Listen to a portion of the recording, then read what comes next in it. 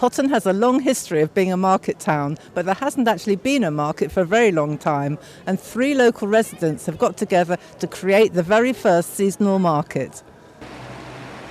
Jenny, this is the first time that Potton's had a market for a very long time. Can you tell us a bit about the history? A little. I have tried to look it up, and I know that the first mention of a market on the square goes right back to 1094. And then I tried to find out when the last market was held here. Potton was renowned for a horse fair. In fact, it was an international.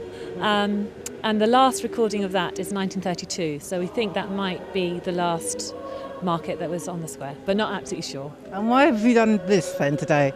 It's really to bring together life into the square for its original purpose as a market square. It lends itself perfectly for that. Potton's quite vibrant with lots of community spirit, and we want to make sure the shops are well attended at all times and that they keep their individuality, and the market will help to do that. It will bring footfall into the square, and a lot of the market stalls themselves are local producers. 6 of the stalls come from Potton area, and then there's another 5 or 6 that have come from local villages. Last orders. Tim, you're a local producer. Why was it important, do you think, this market's being held today? It's fantastically important because it's just a shop window for loads and loads of people to get together and see what's available locally, because local food is so important these days. I think more and more people are thinking about where their food comes from and how it's produced, and not just food but other things as well. So to have this opportunity for seeing something different happen in Potton after about 85 years since the last market, then it's fantastic, yeah.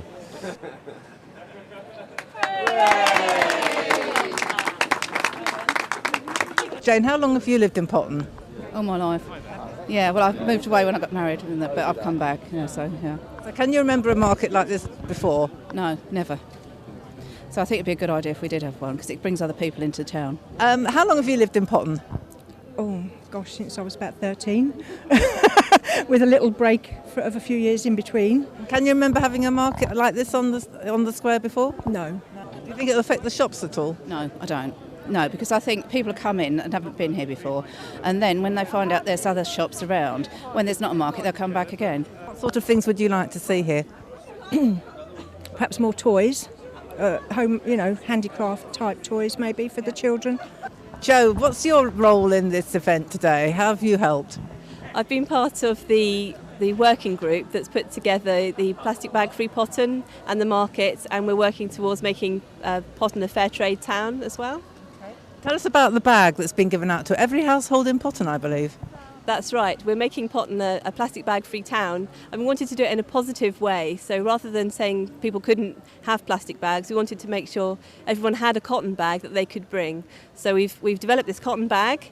It's been designed by the children in the local schools. There are two schools, and we've done one side from each school. There are 2 winners, and these lovely designs, and we had them printed onto the bags and delivered to everybody in Potton.